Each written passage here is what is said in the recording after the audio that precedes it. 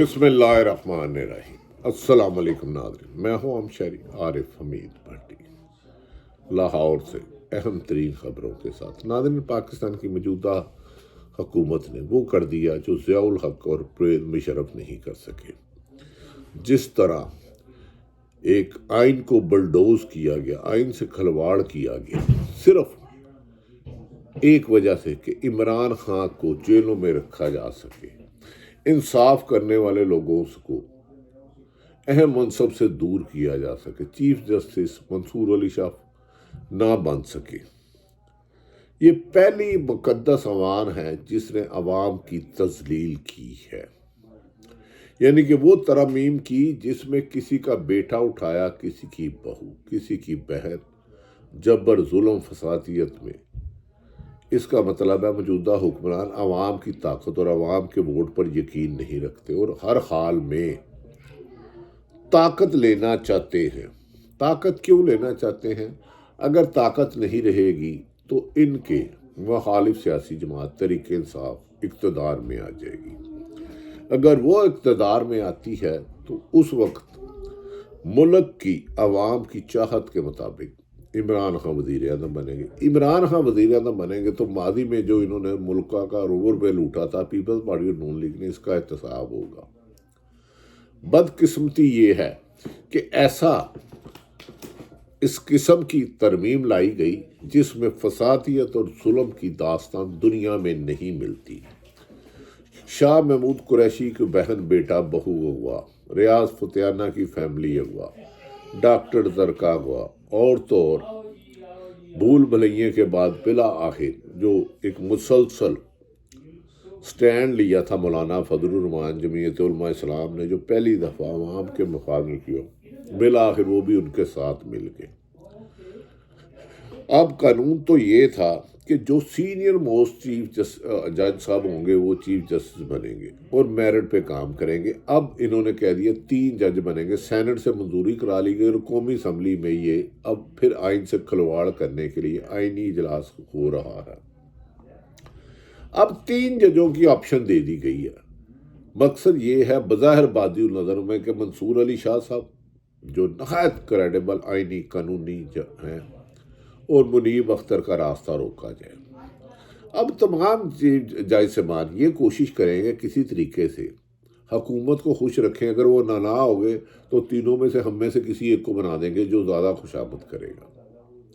یہ روایت نہ اچھی تھی نہ ہے، اور یہ حکومت کو ہاتھوں کی باندھی ہوئی دانتوں سے کھولنی پڑے گی۔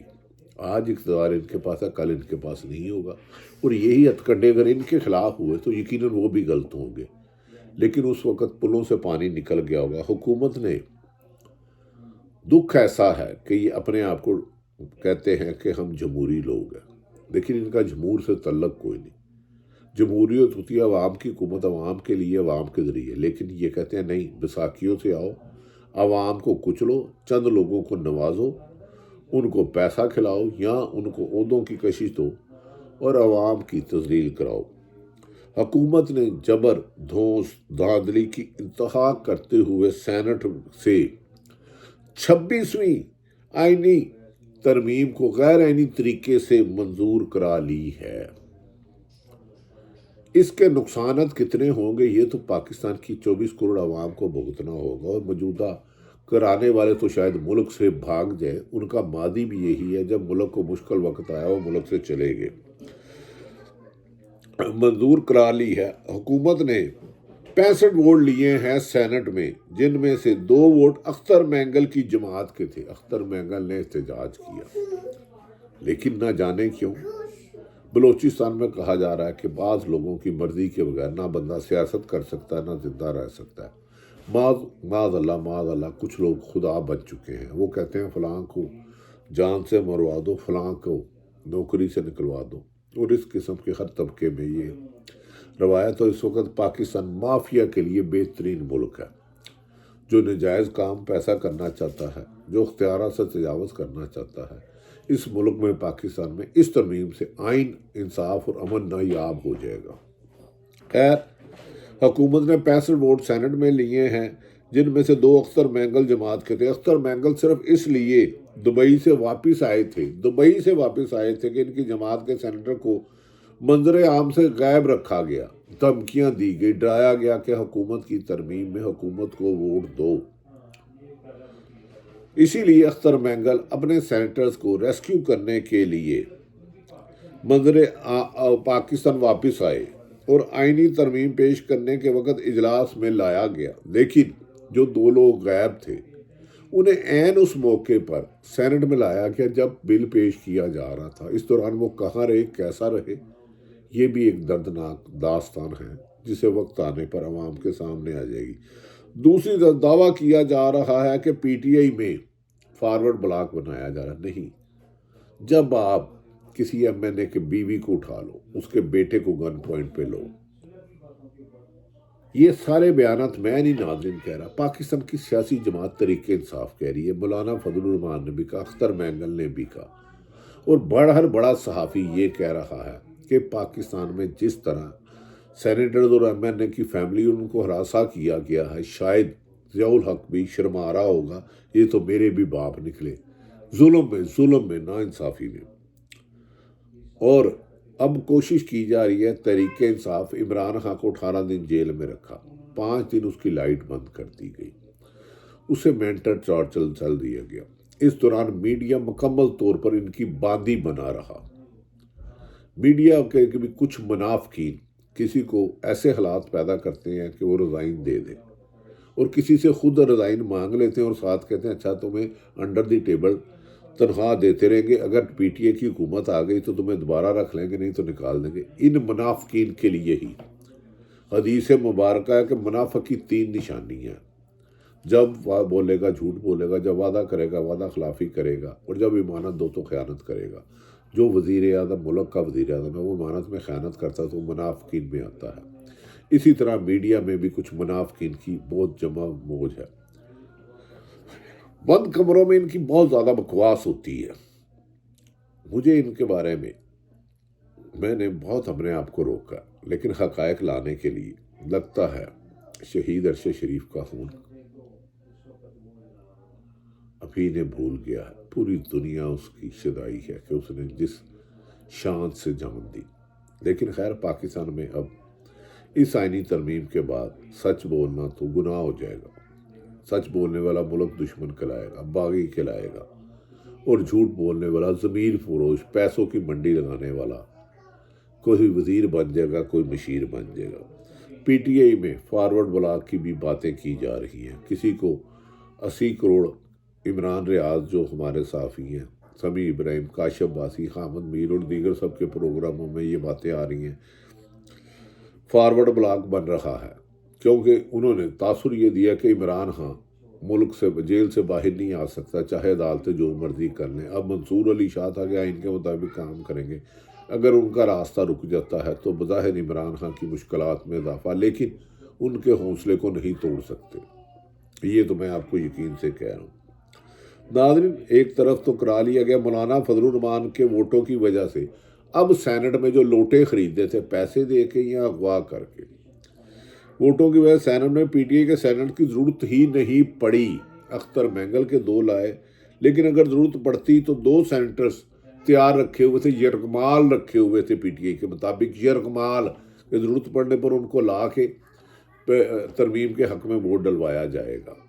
اس ترمیم کے لیے جس طرح وزیر اعظم شہباز شریف، بلاول بھٹو تڑپے، زرداری تڑپے، کاش یہ عوام کے درد کے لیے، عوام کو تعلیم دینے کے لیے، عوام کو روزگار دینے کے لیے، عوام کو صحت کی سہولتیں دینے کے لیے، انصاف دینے کے لیے کرتے، عوام میں یہ آج اتنے مقبول ہو جاتے کہ آج انہیں بیساکھیوں کی ضرورت نہ پڑتی۔ لیکن چوری کے مال سے پلنے والے، میں کسی ایک فرد کو نہیں کہہ رہا، شارٹ کٹ سے امیر ہونا بھی ایک بڑے خواب ہے۔ خیر ناظرین، اب جو پی ٹی اے کے 2 خریدے تھے ان کی ضرورت نہیں پڑی۔ اب قومی اسمبلی میں پی ٹی اے کے ووٹ استعمال کتنے کیے جانے کا پلان ہے، کیونکہ اس میں مولانا کے ووٹ ڈال کے بھی نمبر گیم پوری نہیں ہو رہی غیر آئینی ترمیم کو آئینی ترمیم سے کرنے کے لیے۔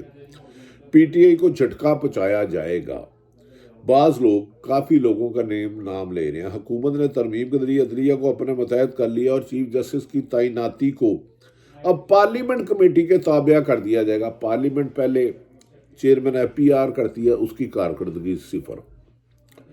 پارلیمنٹ یا وزیر اعظم یا حکومت FIA کرتی ہے، اس کی کارکردگی 0. نیب کرتی ہے، IG لگاتی ہے، چیف سیکرٹری لگاتی ہے، جتنے بیوروکریٹ لگاتی ہے. وہ ادارے کم و بیشتر 98% تباہ ہو چکے ہیں، ماں سوائے چند اچھے لوگوں کے.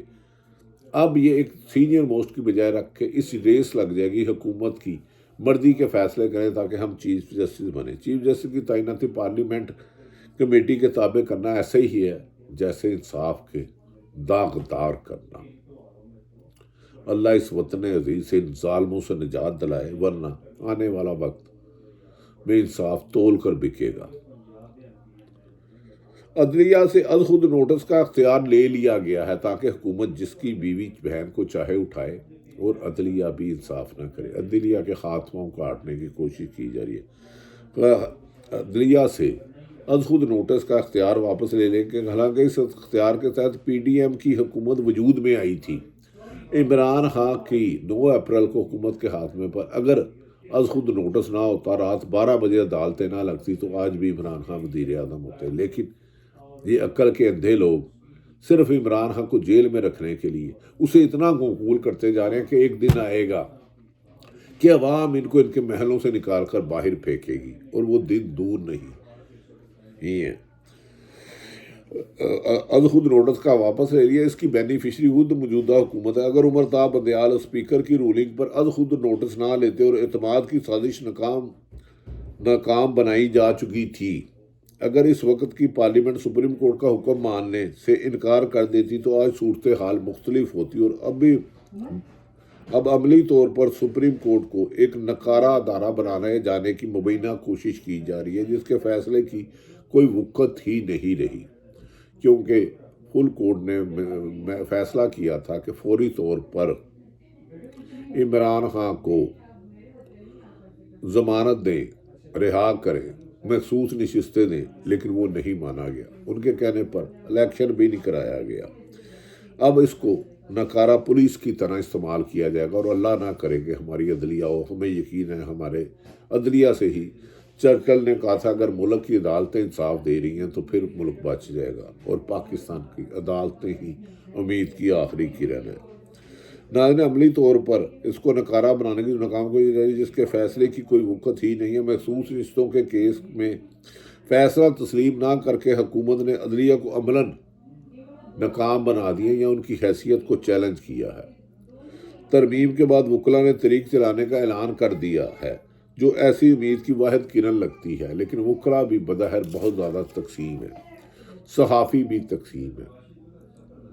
پیسے اور طاقت نے سب کو اندھا کر دیا ہے. اب یہی ایک توقع کی جا رہی ہے کہ عوام جاگے یا سپریم کورٹ کے جج صاحبان اس غیر آئینی ترمیم پر کل یا پرسوں کوئی فیصلہ کریں. بظاہر سلمان اکرم راجہ، علی ظفر اور دیگر آئینی ماہرین کے مطابق یہ ترمیم جو کی گئی ہے آئین سے متصادم ہے، اور آئین سے متصادم اور انسانی حقوقی پامالی میں کوئی بھی ترمیم کی جاتی ہے تو اسے سپریم کورٹ ختم کر سکتی ہے. اب اس پاکستان کو مافیا سے بچانے کے لیے سپریم کورٹ پر بہت ساری امیدیں ہیں، کیونکہ عوام قربانیاں دے کر تھک گئی ہے. بانی PTI تو نے کہہ دیا ہے کہ وہ جیل میں آخری حد تک جدوجہد کریں گے. عمران خان نے پھر کہا ہے کہ نہ میں ہارتا وہ ہے جو ہار مانتا ہے. اب میرے ساتھ 24 کروڑ عوام کی واضح اکثریت ہے، جدوجہد جاری رکھے گی. ان کی آئینی ترمیم بھی ختم ہوگی اور غیر قانونی فیصلے بھی ختم ہوں گے. قومی اسمبلی میں کتنے جانور بکتے ہیں، منڈی لگتی ہے، اس کا فیصلہ بھی کچھ دیر میں ہوگا. ناظرین، جاگتے رہنا، یہ ملک کی بقا کا مسئلہ ہے، پاکستان کی سلامتی کا مسئلہ ہے.